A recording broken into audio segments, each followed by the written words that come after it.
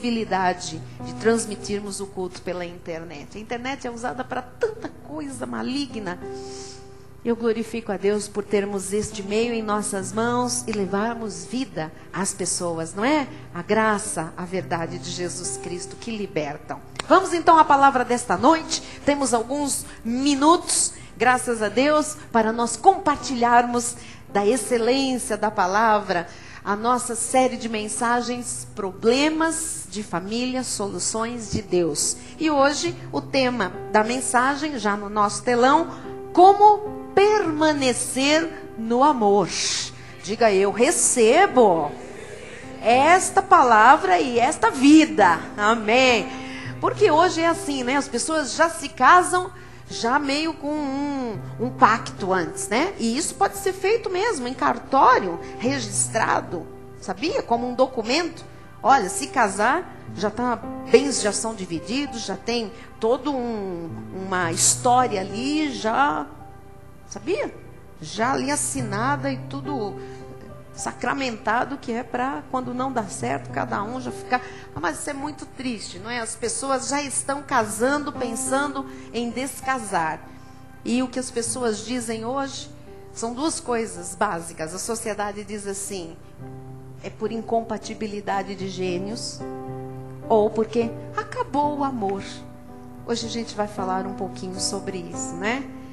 Como permanecer no amor. Diz o livro de Amós, capítulo 3, versículo 3. Andarão dois juntos, se não houver entre eles acordo? Lógico que não. Para se andar junto, é necessário que haja acordo, unidade. Vamos orar? Deus vai falar conosco bastante. Pai amado e bendito, nesta hora tão maravilhosa em que nós aquietamos o nosso coração, nosso espírito, para recebermos a Tua palavra, abrimos os nossos ouvidos espirituais, estamos atentos, Senhor, ao que o Espírito diz à igreja, porque é para a nossa felicidade, é para o nosso bem, Senhor. A Tua palavra, Jesus, não volta vazia, e ela, Senhor, vai cair como semente preciosa em corações de terra boa. Coração de eleito é terra boa, e elas produzirão fruto, Senhor, a 30, a 60, a 100 por um de cada semente. Nós recebemos a Tua palavra, Senhor, com ações de graças, porque Tu tens, Pai, cuidado da nossa vida, das nossas famílias, dos nossos casamentos. O Senhor tem milagres para as famílias, Pai, e nós temos visto, Senhor, a Tua restauração, a Tua restituição, Senhor, o Teu acerto, Pai. Ó Jesus, nós recebemos, Senhor, com ações de graças, o que está preparado para esta noite e para esta palavra que virá acompanhada de sinais, prodígios e maravilhas na vida do Teu povo. Recebemos com fé em nossos corações, e o povo de Deus diga amém. Graças a Deus. Obrigada, pastora Silmara. Amém. Meus irmãos amados, ovelhas preciosas de Jesus, rebanho que Ele é o dono, Ele é o pastor.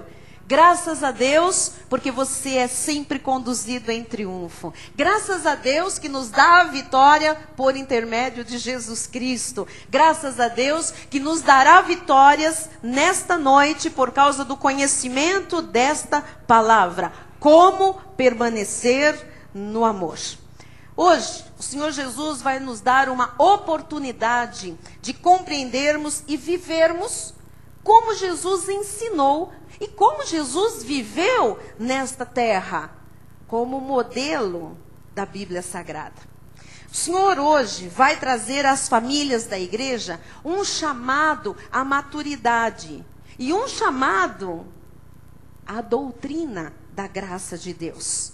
A doutrina que nós pregamos nesta igreja, a revelação da sã doutrina, a revelação da graça de Deus. Quando se trata de questões de família, assim como também as questões doutrinais, que são o fundamento da nossa igreja, nós todos devemos saber que a graça de Deus exige muito mais do que a lei. A exigência da graça é muito maior. Na lei, quando você vive num ministério legalista, você pode até fingir que vive de acordo com a palavra. Mas a graça de Deus não permite máscaras. A graça de Deus exige verdade de vida, exige transparência. Na graça, as máscaras caem. A primeira máscara que cai é a nossa, para nós mesmos. Nós nos vemos como realmente nós somos. E depois as máscaras de quem está à nossa volta começa também a cair. As máscaras começam a cair, porque Deus não permite engodo, Deus não permite véus. A lei era um ministério de véus. Você sabe que a palavra de Paulo diz que a lei era sombra dos bens vindouros, não é? E a palavra de Deus diz que quando nós nos convertemos, quando os nossos olhos são iluminados, os olhos espirituais, o véu é rasgado de sobre o nosso coração. As escamas caem dos nossos olhos. Então nós não vemos mais nebuloso, parece, mas será, mas não é, mas acho que é, mas não sei, não tenho certeza. Na graça é tudo muito claro, é muito transparente. Tudo que está escondido vem à tona, tudo torna-se claro como o dia. Então, a graça de Deus exige muito mais. Não dá para fazer de conta que se é feliz, que se vive de acordo com a palavra. Não dá para, sabe, para manipular nada. Eu espero que você possa esta noite receber este chamado quanto ao amor, quanto às relações marido e esposa, quanto às relações pais e filhos. Irmãos, graças a Deus que o Senhor Jesus revela ao nosso ministério os seus valores. E nós não andamos mais de um lado para o outro, procurando, querendo aqui e acolá. Deus nos revela tudo o que nós precisamos saber. Nós temos raízes, nós queremos de fato a palavra com profundidade. Nós vivemos a palavra porque nós temos um chamado a compreender, porque a graça de Deus exige muito mais do que a lei. Nós temos que compreender. A graça é um ministério de conhecimento, de sabedoria. Você está entendendo? Amém? Então, é por esta graça que nós somos, só pela graça, que nós somos capazes de ter, de fato, sem máscara, relações perfeitas com o nosso marido, com a nossa esposa, com os nossos filhos, com os nossos pais, com os nossos irmãos carnais, com os nossos sogros, cunhados, enfim, com todas as pessoas que Deus coloca no nosso círculo familiar e depois os parentes e tudo mais. É possível ser feliz em família. É possível ter uma família feliz nesta terra. Mas eu lhes digo que só a graça acerta relacionamentos. Porque se nós não tivermos a revelação da graça, se nós não tivermos os valores de Deus, de fato, né, conhecidos, arraigados e vivenciados, nós não viveremos esta felicidade familiar. Tudo fica muito mascarado, tudo fica como um faz de conta, uma brincadeira de casinha, só que de adultos, não é? Eu queria passar um vídeo, é bem rapidinho. Circula há muito tempo já na internet. Eu não gosto muito destas coisas que circulam para a internet. Eu recebo muita coisa e todo mundo dá muito valor, mas eu acho tão fraco, tão piegas, umas coisas tão brincadeiras, sabe, tão infantis, e as pessoas dão o valor porque as pessoas não têm nada. Então, nós que conhecemos a graça de Deus, conhecemos a profundidade da revelação, do pacto melhor e superior, mas tem que ser alguma coisa que realmente traga um conteúdo que seja coerente com o que nós cremos, senão, eu particularmente deleto tudo, não passo nada para frente, ok? Mas tem um videozinho que tem rodado na internet, eu sei que muitos já viram, que ele trata, ele mostra um detalhe de um relacionamento familiar bastante profundo. Eu acho que nós podemos assistir para a gente conversar um pouquinho o que a graça é capaz de fazer e como é que é a vida normal do mundo, não é? Como é que as pessoas realmente reagem desta forma? Isso não é nada diferente do que as pessoas vivem. Eu vou pedir, por favor, que o Daniel coloque. E se a gente puder apagar, acho que fica melhor aqui na frente, só aqui na frente, no telão. Vamos ver então. Leiam a legenda. Está em outra língua e tem uma legenda em... O que foi que isso? É lá no fundo, essa luz daqui. Tem uma legenda em amarelinho, em português. Então, olhem a legenda, tá bem? Para você entender, leia.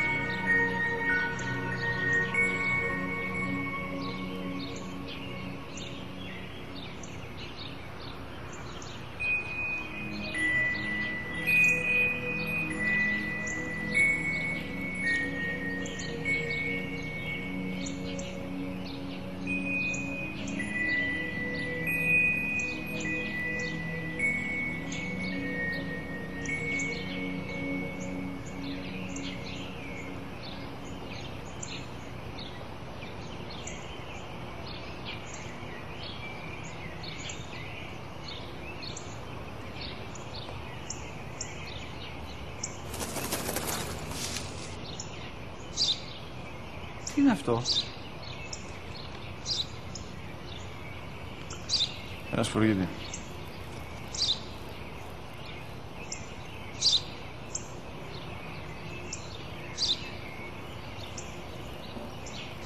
Τι είναι αυτό? Μόλις τώρα στο παπατέρα, σπουργίτη είναι.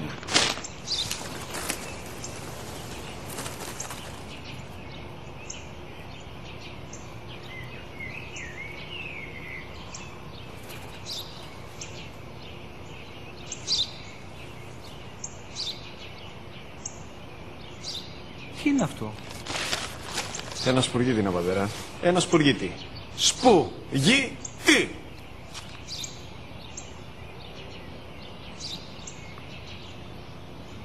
Τι είναι αυτό? Γιατί το κάνεις αυτό το πράγμα, μπορείς να μου πεις? Τόσες φορές σου είπα, είναι ένα σπουργίτη. Δεν το καταλαβαίνεις. Πού πας?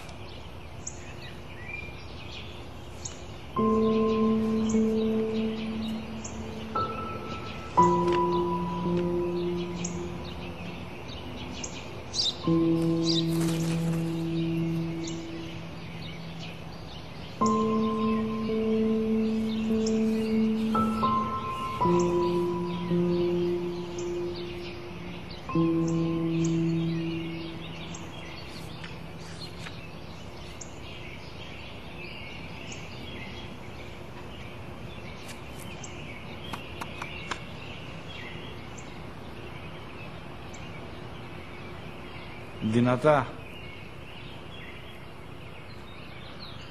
Σήμερα ο μικρός μου γιος που πριν λίγες μέρες έκλεισε τα 3 καθόταν μαζί μου έξω στο πάρκο όταν ένας σπουργίτη ήρθε και κάθισε απέναντί μας. Ο γιος μου με ρώτησε 21 φορές τι ήταν αυτό και του απάντησα και τις 21 φορές ότι ήταν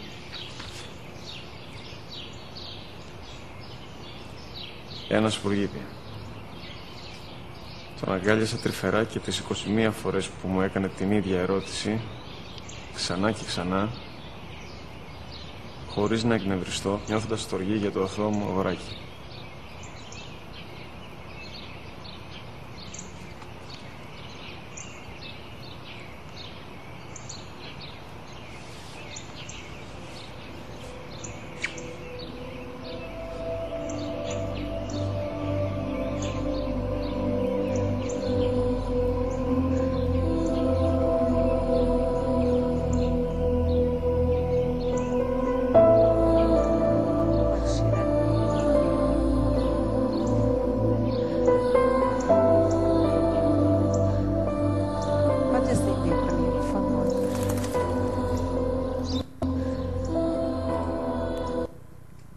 Amados, não é fácil, não é verdade?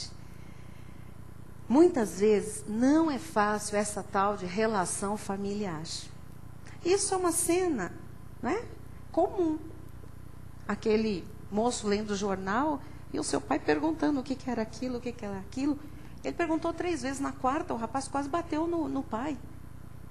Vocês viram? Quase pegou o jornal, começou a gritar, começou a desesperar. Ele foi lá dentro, trouxe um diário de família e fez ele lembrar, né? Ele não lembrava. Quando ele fez 3 anos, ele perguntou 21 vezes seguidas o que era aquilo. E o pai disse, as 21, é um pássaro. E todas as vezes ele respondia, abraçava o filho e o filho o beijava, né? Então, parece que as pessoas crescem, as pessoas se envolvem com tanta coisa e elas acabam esquecendo das coisas mais simples, das coisas mais puras, né? Das relações. Nós estamos falando de estranhos, nós estamos falando de um pai e de um filho. Um pai e um filho. Então, imagina se entre um pai e um filho, muitas vezes a relação é assim, entre um filho e uma mãe, uma filha e uma mãe. Imagine como é que são relações entre casais, pessoas que se conhecem já, praticamente adultas, né? De famílias diferentes, de culturas diferentes, muitas vezes de situação financeira diferente, socialmente, pessoas diferentes. Imagine, amados, como que vira isso, né? Hoje, nos nossos dias. E por que é tão complicada essa relação familiar? Porque nós temos uma luta com as questões da carne e as questões do espírito.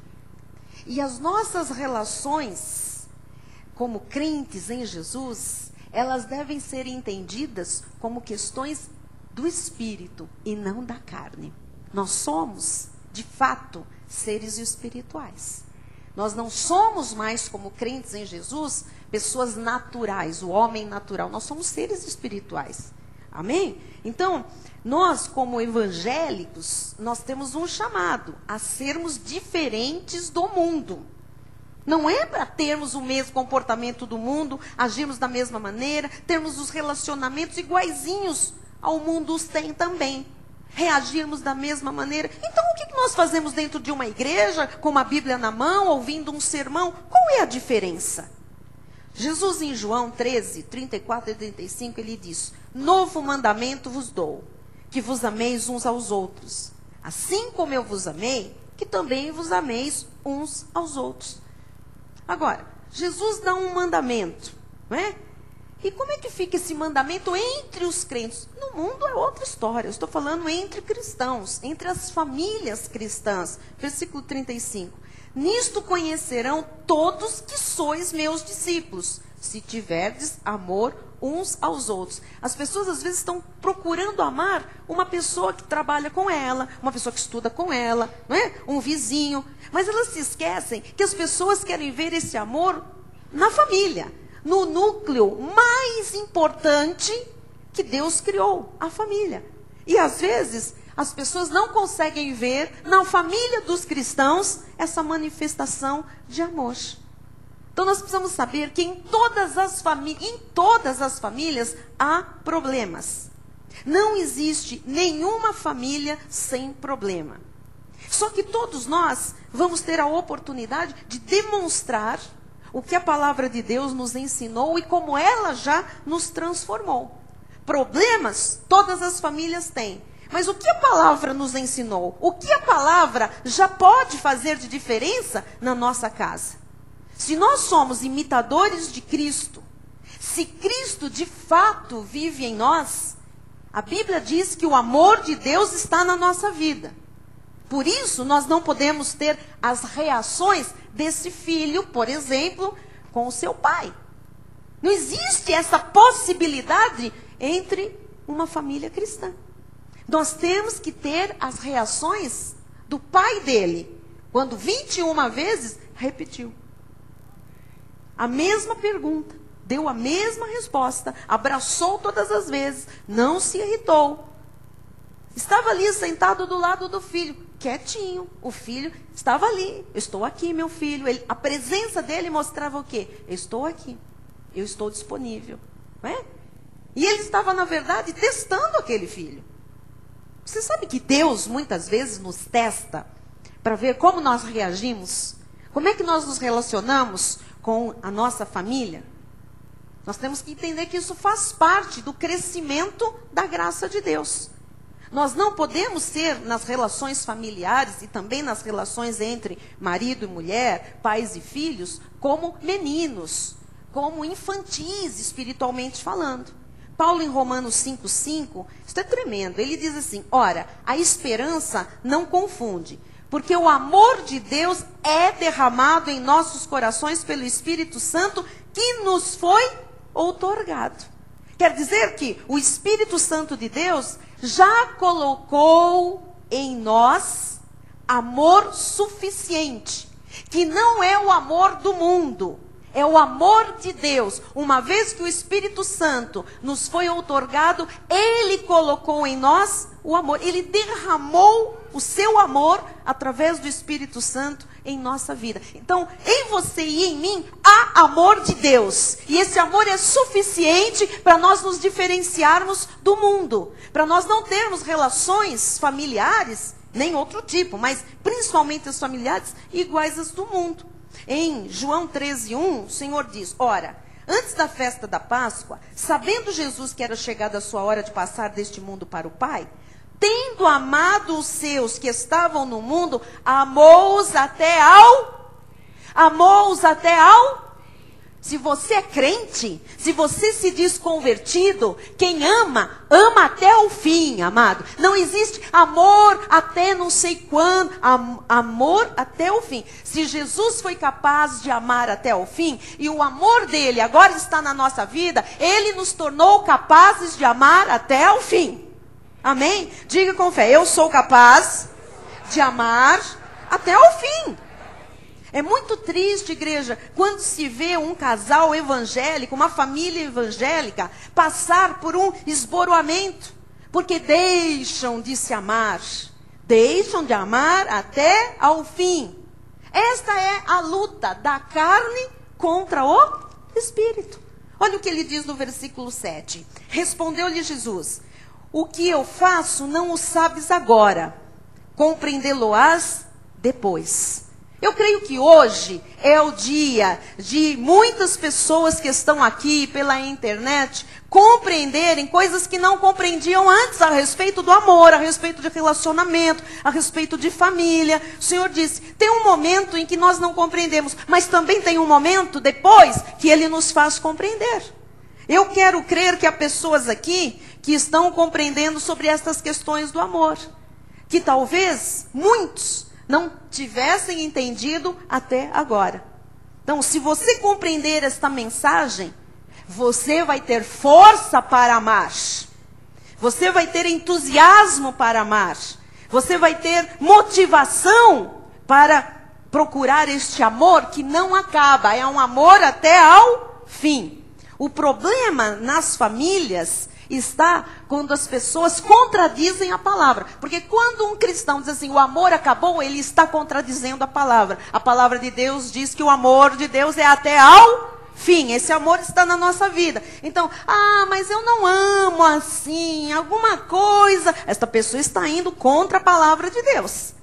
E se as famílias seguirem esta palavra, não terão esboroamento. E se seguissem essa palavra, nós não veríamos os esboroamentos que nós vemos hoje em famílias. Eu não estou falando do mundo, porque o mundo não tem nada que respalde as relações. O mundo não tem nada que garanta que essas relações vão para frente. Agora, nós temos garantias celestiais, divinas, de que os nossos casamentos, os nossos relacionamentos familiares são para sempre. Então, as pessoas, por desconhecerem o que está na carne delas, porque tudo que vai contra isto aqui é carne. E carne é instrumento de Satanás. E as pessoas, por desconhecerem o que está na carne delas, é que tem lutas dentro de casa.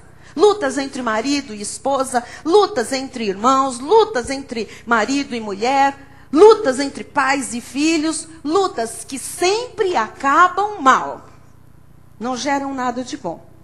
Paulo diz em Romanos 7:23, mas vejo nos meus membros outra lei, que guerreando contra a lei da minha mente, me faz prisioneiro da lei do pecado que está nos meus membros. Quer dizer que todos nós temos na nossa carne leis que lutam contra as leis de Deus. especialmente nestas questões de relações de família. Nas relações de família, a carne tem leis que lutam contra o espírito, contra as regras de Deus. Amados, Deus determina uma regra. Mas quando se inverte a regra, quando não se submete à regra, os valores ficam invertidos. A palavra de Deus não está sendo aplicada. Consequentemente, as pessoas sofrem. Toda luta contra a verdade, toda luta contra Deus traz sofrimento. Então, isto aqui, todos têm que saber, é uma questão de educação. Não educação, educação humana, social. Eu estou falando aqui de educação do espírito. Isto é uma questão de educação espiritual. E educar o espírito de uma pessoa leva muito tempo. Especialmente se ela não vive absorvendo, se alimentando da palavra. Ou se ela só está se alimentando de legalismo, o que é só fachada, o que é só para o exterior. Educar o espírito de uma pessoa é como construir uma casa. Você tem que fazer buraco, você tem que primeiro arrumar onde é que você vai pôr o alicerce, depois você tem que pôr alicerce, fundamentos, você tem que solidificar. Isso leva tempo, isso dá muito trabalho, sabe? Nós somos, aqui nesta igreja, a cada dia educados por Deus. Porque nós já sabemos, amados, que a nossa carne não tem nada que aproveite. Nós sabemos que na nossa carne há uma lei que guerreia. Uma lei que guerreia para ver os casais infelizes. Uma lei na nossa carne que guerreia para ver os casais se separando. Uma lei que guerreia para ver irmãos brigando. Olha, é a lei da carne que milita contra o espírito. Agora, quando você tem um espírito educado, quando você segue a palavra, quando você não falta aos cultos, quando você pratica a palavra, a sua vida vai sendo construída. A sua família vai se tornando cada vez mais indestrutível, mais sólida, mais forte.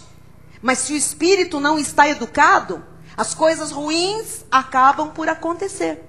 Veja Mateus 5, 39 a 41. Eu, porém, vos digo, não resistais ao perverso, mas a qualquer que te ferir na face direita, volta-lhe também a outra. Eu pergunto, que cristão hoje faz isso? Quem é que pratica isso aqui? Próximo. E ao que quer demandar contigo e tirar-te a túnica, deixa-lhe também a capa. Imagina, as pessoas brigam por migalhas. E próximo. Se alguém te obrigar a andar 1 milha, vai com ele 2. Às vezes a gente vê isso entre marido e mulher. Ah, vamos até lá. Eu não, vá você. Vamos fazer tal coisa. Eu? Isso não é para mim, não. Amado, faz e faz o dobrado. Quem está praticando isso? Qual é a esposa que quando o marido tem um projeto, uma coisa, fala, olha, vamos fazer isso. O que a Bíblia diz? Se alguém te obrigar, o marido não está obrigando, está propondo, está chamando para ir junto, está incentivando, está repartindo um ideal, um sonho, não é? Uma porta que está se abrindo. Mas a Bíblia fala até se ele obrigar a andar 1 milha, vai com ele 2. Nós não vemos as pessoas praticando nada disso, não é? As pessoas não estão andando meia milha com ninguém, quanto mais 2. Isso aqui é sério. Há regras que só a pessoa que tem o espírito educado pratica. Todas as famílias têm problemas. Mas quanto menos educação espiritual, mais problemas tem. E quanto mais educação espiritual, menos problemas tem. Então uma família que tem cristã, que tem muitos problemas, ela é bem mal educadinha, né? Espiritualmente falando, lógico. Bom, como é uma relação de marido e mulher que não compreendem estes valores de Deus? Olha, amados, como uma pastora da graça de Deus, eu tenho esta grande responsabilidade. Ensinar o povo de Deus a viver o amor que Jesus derramou em nossos corações pelo Espírito Santo. Isso chama-se educação espiritual. Quem não sabe viver o amor que Jesus derramou em seu coração, não tem educação espiritual. João 13,15 diz, porque eu vos dei o exemplo. Ai, Jesus deu o exemplo. Para quê? Como eu fiz, façais vós também. O incrível é pessoas se dizerem crentes em Jesus, sabichões, e não fazem nada que Jesus fez. Nada que Jesus ensinou, nada que Jesus deu exemplo, e ainda diz, não, eu sei disso, eu sei de tudo, eu sei sabe nada, ô mal educado. Você é mal educado espiritualmente falando. Porque o bem educado tem Jesus como exemplo. Faz exatamente o que ele mandou fazer, o que ele deu como exemplo para que fosse copiado, para que fosse seguido. Jesus é o exemplo de tudo. Como ele fez, a Bíblia diz. Então, ele falou como é que tinha que ser feito. Portanto, o nosso exemplo não é a novela das 8, das 9, das 10, sei lá, cada dia tem mais tarde a novela. Não é, amado. O nosso exemplo não é livro de autoajuda. O nosso exemplo não é o terapeuta. Amado, o nosso exemplo é Jesus. Nós temos que proceder como Jesus. O resto não serve para nós. O resto é mundo. O resto é doutrina de homens. É ensino de demônios. É vã filosofia. Não serve. Versículo 17. Ora, se sabeis estas coisas, bem-aventurados sois se as praticardes. Agora que você sabe, os sabichões de plantão na igreja evangélica tradicional precisam praticar isso. Não adianta ser hipócrita, nós estamos na graça. Não dá para fazer de conta, tem que praticar de verdade, amados. As relações evangélicas têm um paradigma que se chama Jesus Cristo. Ele ensinou a fazer. Quando nós fazemos, nós evoluímos, nós crescemos, nós amadurecemos, nós somos felizes de verdade. Agora, quando nós não fazemos, nós nos prejudicamos. Nós pagamos caro pela desobediência, pela falta de educação espiritual. O nosso chamado é para viver essa graça maravilhosa. É para amar apesar de. Amar apesar de. Põe o que você quiser aí. Mas se você é cristão, você tem o exemplo de Jesus para viver com amor. Apesar de. Então, lembre-se, as leis de Cristo são bem diferentes das leis do mundo. As leis do mundo são diabólicas. As leis de Cristo são as leis do Espírito e da vida. Amém? Versículo 16. Em verdade vos digo que o servo não é maior do que o seu senhor, nem o enviado maior do que aquele que o enviou. Sabe que às vezes nós queremos nos fazer maiores do que Cristo? Eu vejo às vezes os evangélicos, Alexandre, querendo ser mais do que Cristo, sabe? Porque quando nós não amamos como Cristo amou, quando nós não perdoamos como Cristo perdoou, nós queremos ser maior do que Ele. Ele diz, é para fazer assim. O exemplo é esse. Não, eu tenho o meu jeito de lidar com isso. Você quer ser mais que Cristo. Você quer ser maior que Ele. Não pode haver uma posição carnal dentro de uma família cristã. Amém? Não pode. Muitos têm que mudar. Muitos têm que mudar. Muitos crentes, de anos, têm que mudar. Deixar de pensar na carne. Deixar de pensar com a lógica do mundo. Para passar a pensar como Cristo pensa. Como Cristo pensou. Amar sem condições, como Cristo nos amou. Perdoar sem condições, como Cristo nos perdoou. Tem gente que diz assim, não, eu perdoo, mas se você... Como perdoa se você? Não tem condição para perdoar. É para perdoar e ponto. E eu pergunto, onde está o amor verdadeiro, então, nas famílias cristãs? O que eu tenho visto, amados, eu sei que é muito forte o que eu vou dizer, mas eu tenho visto um bando de hipócritas, com Bíblia na mão e frequentando igrejas. Por quê? Se tratam desse jeito, como o filho tratou aqui no telão, no filme que nós vimos, o pai. Maridos e mulheres só faltam, né? Se atracar muitas vezes. Alguns chegam às vias de fato. Então, assim, isso é uma hipocrisia, depois vão fazer o que na igreja? A Bíblia diz que os homens devem, no culto público, levantar mãos santas a Deus.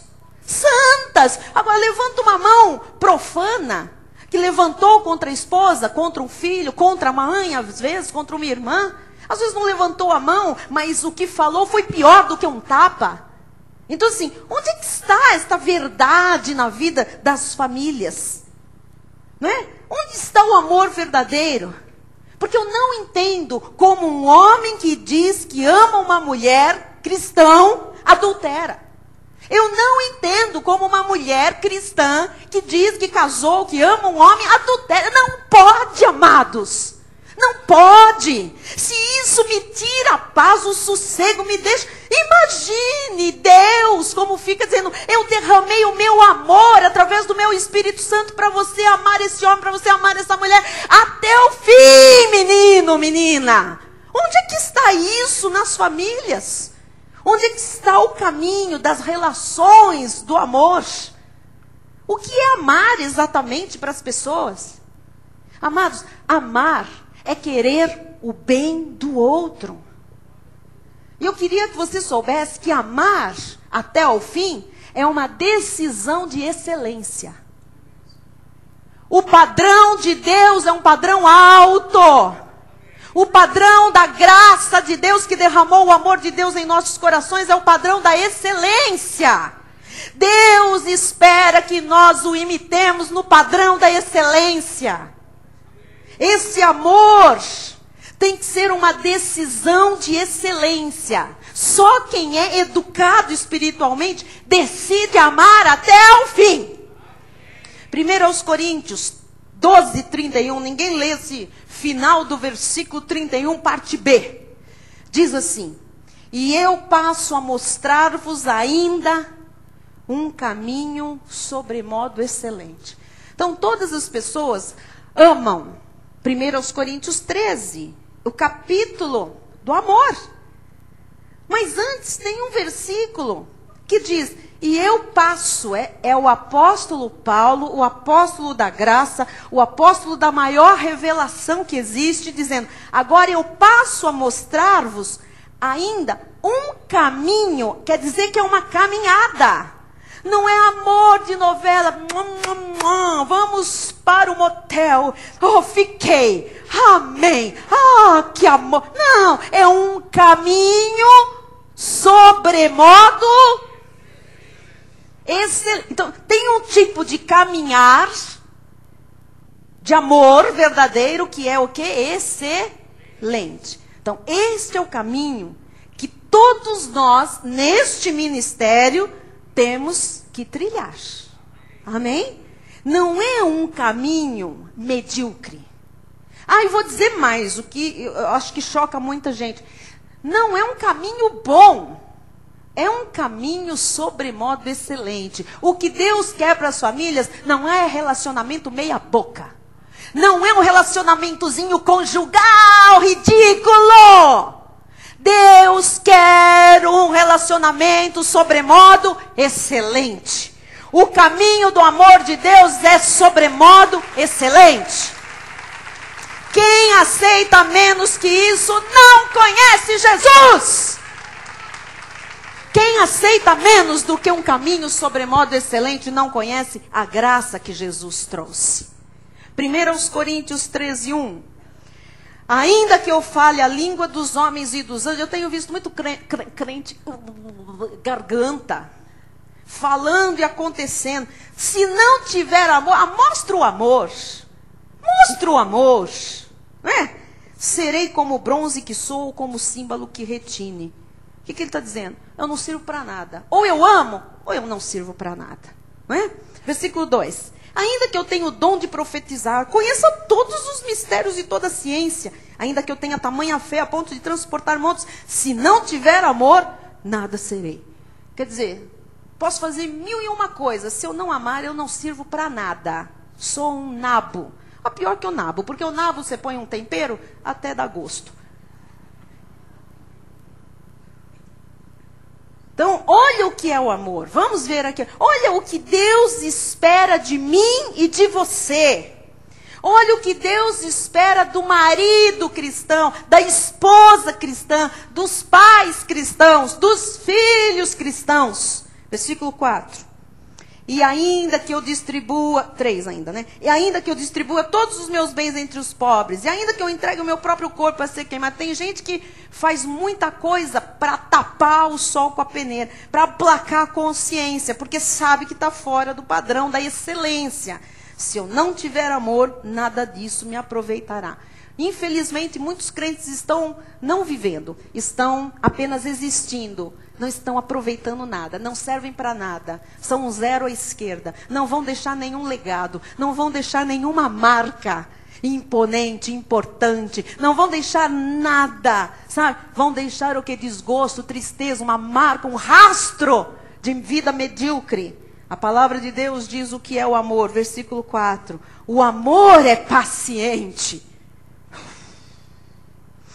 Respira. Bispa, eu tenho que contar até 10. 10 mil. O amor é paciente, o amor é bom. O amor não é mau, o amor é bom. O amor quer o bem do outro. Não, eu quero o meu bem. Não, você tem que querer o bem do outro. Quem ama, pensa primeiro no outro. Foi assim que Jesus ensinou, foi assim que Jesus fez. O amor não arde em ciúmes. Ah, bispo, isso não dá. Porque assim, um pouquinho não pode? Não, não pode. O amor não arde em ciúme. Se você é daquela pessoa, você mulher que fica arranhando o seu marido no carro, o seu namorado, você é doente. Você é vampira. Sanguessuga. Olha, o amor verdadeiro não arde em ciúme. Porque tem gente que está dirigindo no carro, está olhando para onde?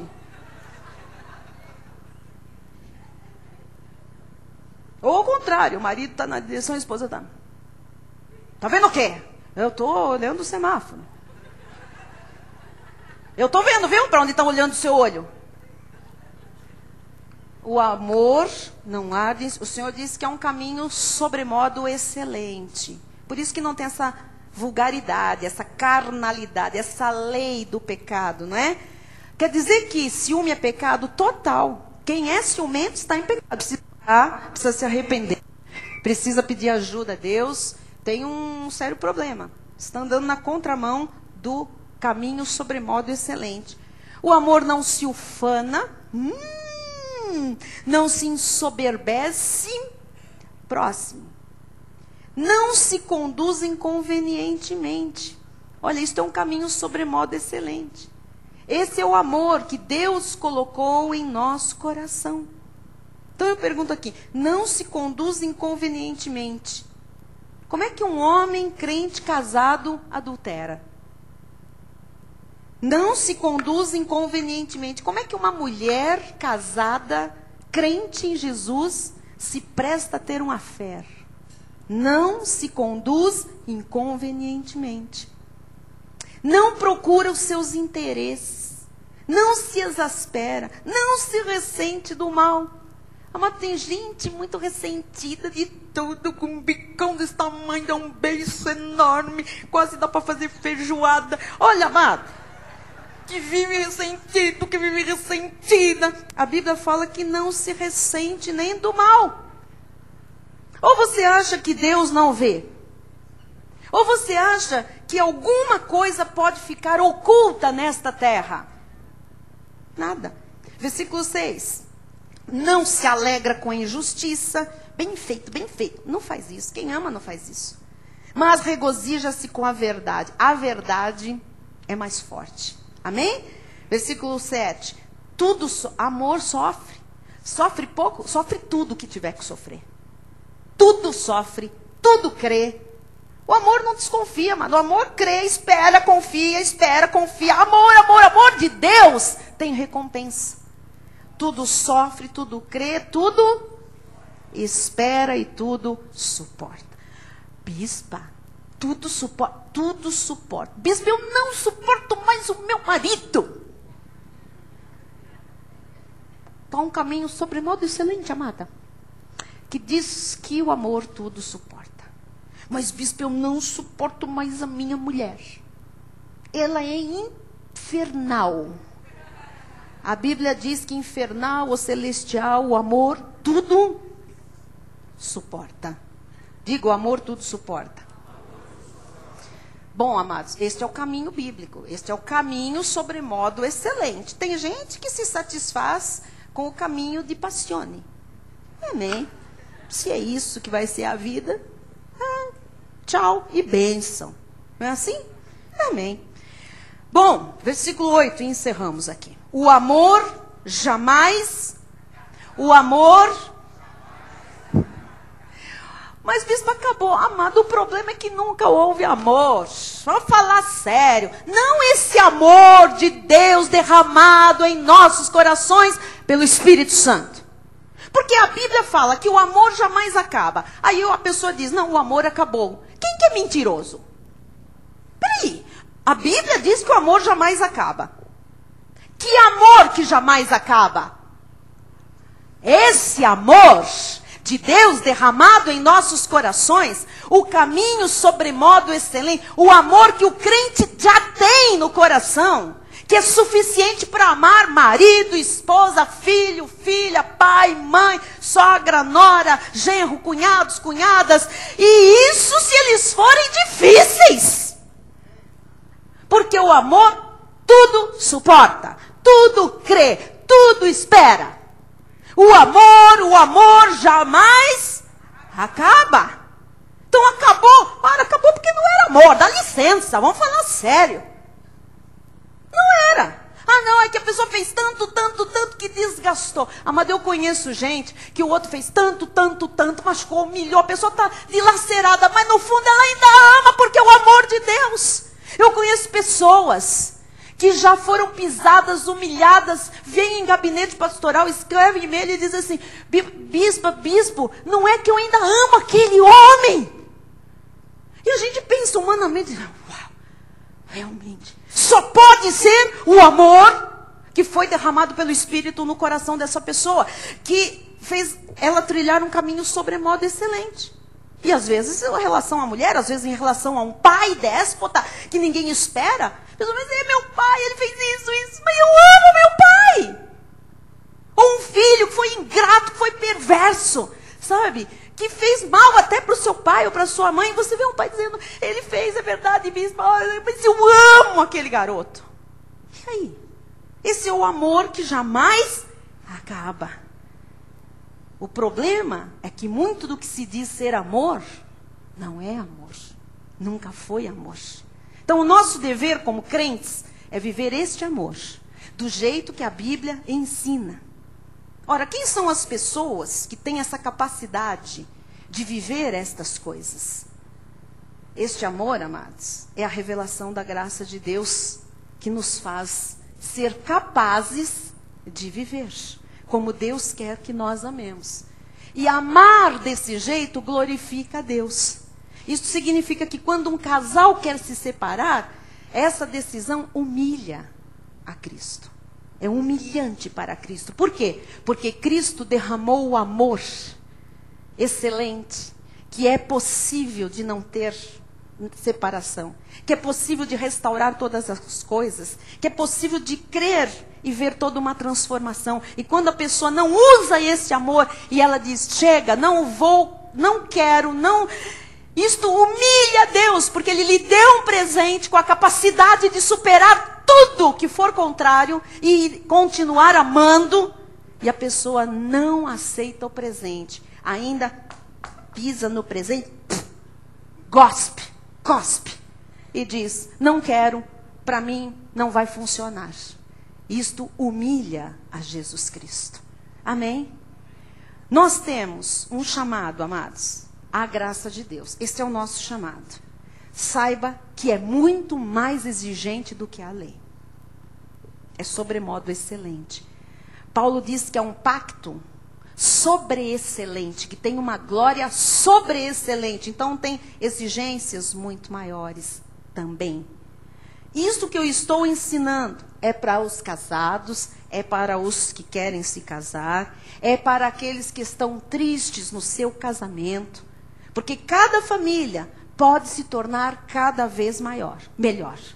Basta querer. Cada casamento pode se tornar cada vez melhor. Agora, tem que querer.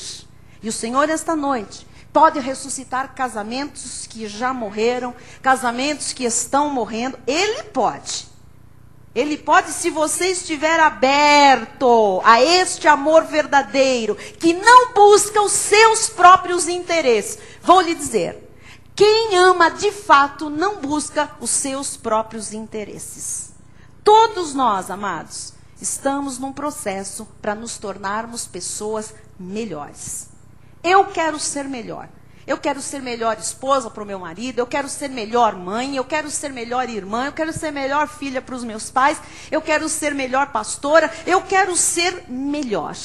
Eu estou sendo educada todos os dias, em todos os cultos, pela palavra da graça de Deus. Eu quero ser melhor. Todos os dias estamos num processo de educação. Amém? Quem está comigo neste processo, diga, eu estou num processo divino para me tornar uma pessoa melhor. Agora, só as mulheres casadas. Eu estou num processo divino para me tornar uma esposa melhor. Só as mães. Eu estou num processo divino para me tornar uma mãe melhor. Só os homens casados. Eu estou num processo divino para me tornar um marido melhor. Só os pais. Eu estou num processo divino para me tornar um pai melhor. Só os filhos que têm os seus pais vivos. Eu estou num processo divino para me tornar um filho melhor. Todos aqueles que são cristãos, convertidos, nascidos de novo. Eu estou num processo divino para me tornar um crente melhor. Em nome de Jesus. Amém. Glória a Deus. Nós vamos encerrar. Eu vou deixar a outra parte para uma próxima mensagem. Quero que você curve a sua cabeça. Os ministros de louvor vêm encerrar louvando a Deus. Vamos orar. Coloque a sua vida. Não fique olhando para a vida do outro, da sua família. Coloque a sua. Ah, mas é meu filho, é minha filha. Querido, faça você o que Deus está lhe ensinando. E deixe a sua família nas mãos de Deus. Pai amado e bendito. Nós não viemos aqui, Senhor, esta noite para brincar contigo. Nós não viemos aqui, Senhor, para fazer de conta, porque não dá mais. Nós não viemos aqui, Senhor, para assistir a um show, a uma palestra. Não, Senhor. Nós somos cristãos, nós somos crentes em Jesus. Nós somos nascidos de uma semente incorruptível, nós somos novas criaturas. E a tua palavra, Senhor, nos garante que o teu amor foi derramado em nossos corações pelo Espírito Santo de Deus que nos foi outorgado por graça. Portanto, Jesus, esta palavra tem o poder de ativar, tem o poder de acender, tem o poder, Senhor, de manifestar esse amor que já está em nós, Pai. Nós temos a capacidade de amar até o fim, Pai. Apesar de, porque Tu, Senhor, nos deste o exemplo. Apesar de sermos todos pecadores, Tu nos amaste de tal maneira que foste no nosso lugar para aquela cruz, Jesus. E nós não podemos profanar o sangue da aliança vertido na cruz do Calvário, Pai. Ó Jesus, é hora do Teu povo acordar. É hora do Teu povo, Senhor, não brincar de religioso, Pai. É hora do Teu povo, Senhor, reinar em vida, ser cabeça nesta terra, mostrar à sociedade ao que veio neste mundo, Senhor. É hora do Teu povo ter testemunho de fato, Senhor, para dar ao mundo. É hora do Teu povo, Senhor, te glorificar com a sua vida, com a sua família. Não de te humilhar, Senhor, com as decisões erradas, com o pecado, com as atitudes pervertidas, Pai. É hora do Teu povo, Senhor, retomar, Senhor, pelo caminho sobremodo excelente, Jesus. Menos que isso, Não é a tua vontade, não é o teu plano, Jesus. O caminho sobremodo excelente, Senhor, nos faz viver vitoriosamente nesta terra, termos casamentos perfeitos, porque é possível, Pai. Não sem problemas, mas perfeitos em Cristo Jesus, em unidade. Ó Senhor, é possível termos famílias felizes, perfeitas, Senhor, de acordo com o teu padrão nesta terra, não sem problema, mas famílias fortes, famílias bem educadas espiritualmente, famílias bem fundamentadas, famílias que tenham um testemunho, Senhor, que sirva para engrandecer o teu nome, o teu reino, Pai.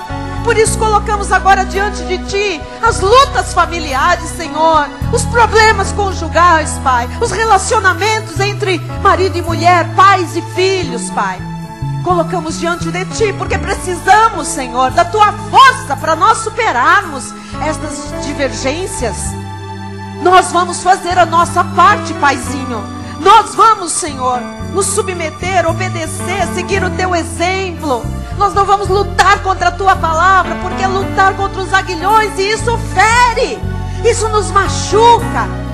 Pai bendito e amado, levanta, Senhor, aquela família que está, Senhor, caída. Levanta aqui aquele casamento, Senhor, que está balançando. Levanta, Senhor, relacionamentos que estão mortos. Levanta hoje, traz vida, a Tua vida abundante, a Tua vida gloriosa. Renasça em cada coração o amor de Deus que já está lá, para a glória do Senhor. Que caia por terra toda mentira do diabo, todo laço do passarinheiro seja desfeito, todo dardo inflamado do inferno seja apagado agora, na vida dos casamentos, dos casais, das famílias, dos irmãos, dos pais, dos filhos, dos irmãos em Cristo, Pai. Que haja milagres, Senhor, nas famílias, nos casamentos, para a Tua glória, para que o Teu reino seja visto como um reino de amor, de poder, Senhor. Deus, Tu podes, ainda que a nossa lei da carne, a lei do pecado não queira, lute contra. Tu és maior, Senhor, Tu és mais forte, Tu és mais poderoso, Pai. E quando Tu ages, ninguém pode impedir, Pai, nem nós mesmos. Nós abençoamos as famílias aqui representadas e declaramos as famílias em perfeita vitória e harmonia, seguindo por esse caminho do amor sobremodo excelente. Oramos com fé, em nome de Jesus, para a glória de Deus. Toda a igreja diga amém. Assim seja. Glória a Deus. Bispo Rai. Glória a Deus. Aleluias. Graças a Deus. Pai amado. Amém. Senhor Deus e Pai, nós Te louvamos e Te agradecemos. Muito obrigado, ó Pai, por mais uma vez ter nos trazido à Tua casa para ouvirmos conselhos preciosos, para mais uma vez nos alimentar dessa palavra transformadora, edificadora de vidas. Por isso nós declaramos que o Teu amor, o amor de Deus, que excede todo entendimento, guardará os corações e as mentes daqueles que Te amam sinceramente. Amém, Pai. E aqueles que sinceramente amam ao nosso Senhor e Salvador Jesus Cristo, digam amém.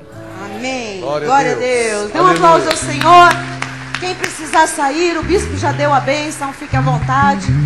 Quem puder, cante conosco este cântico final, glorifique a Deus. Dê um abraço no seu irmão, se você for embora. Declare, famílias trilhando o caminho sobremodo excelente.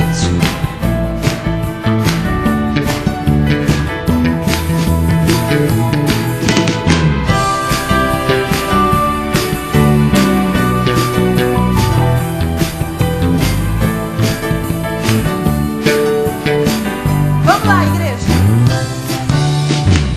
Eu posso crer que antes de tudo ser criado, Ele me amou e no seu reino